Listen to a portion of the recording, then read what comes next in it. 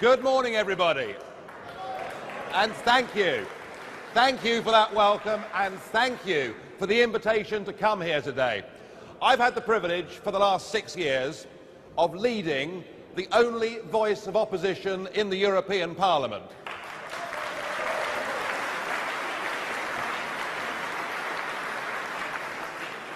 As you may have gathered, I'm not very popular in Brussels.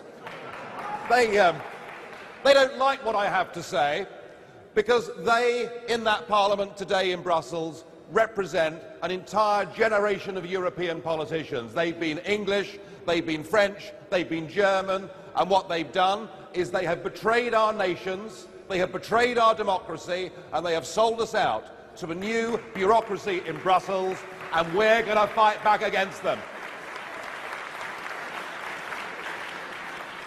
But there's been a slight problem.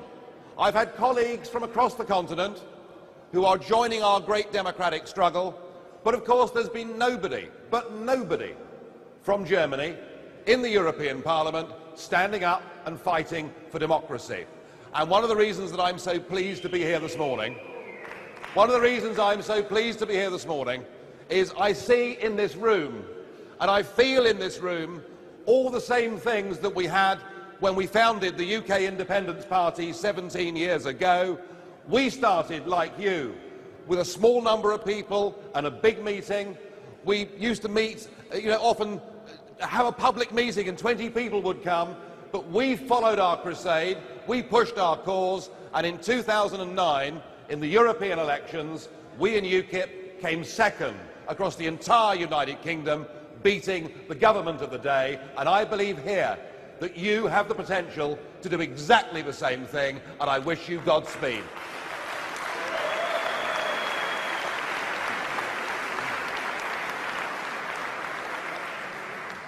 Now, of course, we are here because our excellent professors, two of whom we have heard from, have decided to take this challenge to the court. And it's a brave thing for them to have done, because it takes strength and courage to swim against the tide of the media, of your fellow academic colleagues. I'm sure you've been scorned for much of what you've said and done.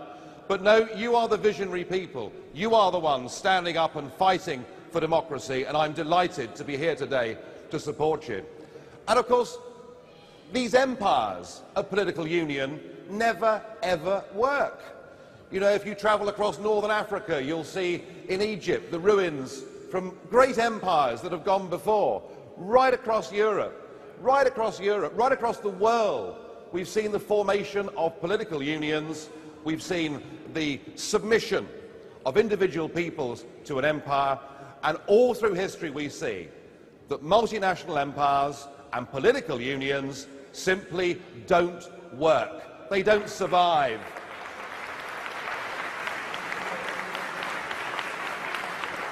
The Roman Empire's gone, the Ottoman Empire's gone, the Austro-Hungarian Empire has gone. They have disappeared. And this European project has been forced upon us. And, by the way, I'm not making this up when I call it an empire. Mr. Barroso himself has described the European Union as an empire. So that is what they're trying to build.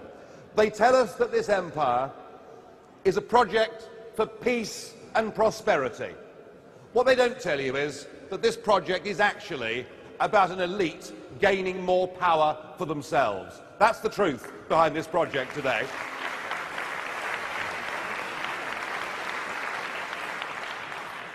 So they push us together. They take 27 different nation states with different languages, different histories, different cultures, and without ever asking us what we think, they're trying to force us together into one state. And we're beginning to see the cracks at the edges. We're beginning to see that it's not really working, but they are desperate to continue with their mission. On his 80th birthday, Helmut Kohl, who I have to say is not my favourite European politician,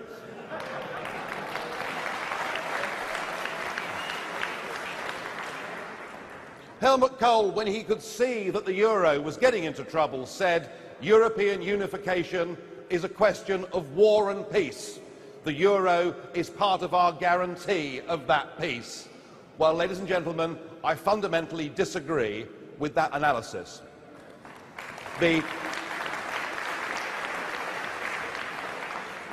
I've always believed that the great pivot point of the last couple of centuries, really, was the disaster that was the First World War. And if you go to Verdun, which I've done many times, and I've taken parties and I've lectured on those battlefields, it's worth thinking about what that place represents. And of course, do you remember back in 1984, the enormous Helmut Kohl and the tiny Francois Mitterrand holding hands together? It looked like a comedy act, but it wasn't, because it was deadly serious.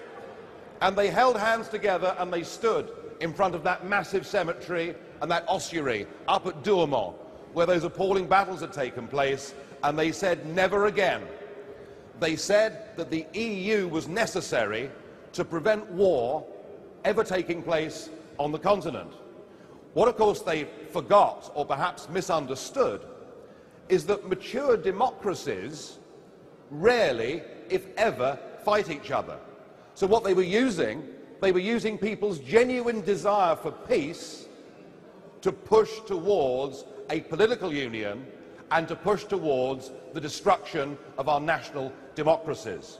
Now, I firmly believe that the reason that we've had peace in Europe in 1945 is because of a number of factors. I mean, firstly, frankly, I think people in Europe were sick of war by the time 1945 had come along. And of course, we had nuclear weapons. Now, I know this is not universally popular in Germany, but I do think the deterrent effect of nuclear weapons made a war with Russia much less likely. And of course, what we've had since then is NATO. Now, NATO is an example of sovereign states that group together and form an alliance. I support the principle of NATO. What I don't support is the principle of European Union, where far from nation states working together, what you do as a nation state is you give away the power to make decisions to somebody else. So that's one of the things, ladies and gentlemen, that we've got to push. We want peace, of course we do, and we'll get peace in Europe provided we have mature, functioning national democracies. And actually what is going on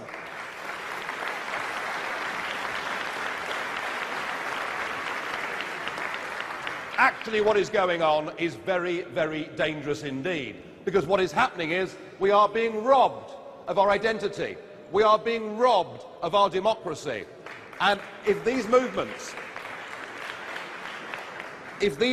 don't work, if we are not able to get plebiscites across the European Union, then I am deeply fearful that far from the European Union being a project for peace, it will actually do something that our children and grandchildren may pay a very heavy price for indeed. Just think what we did in the Balkans in 1920 and 21. We took small, different, sovereign, independent states. We forced them together and called it Yugoslavia, and much as it may have held together for decades under a pretty repressive communist regime, in the space of the last 20 years, we've seen the most appalling atrocities in the former Yugoslavia as nations fight to get back their democracy and identity. The lessons from history are clear. You cannot force people together. You cannot create identity. You cannot create nationhood. That is something that the people themselves choose. And that is why this betrayal of your nation and your democracy is something that is of such fundamental importance that we must fight with all our might.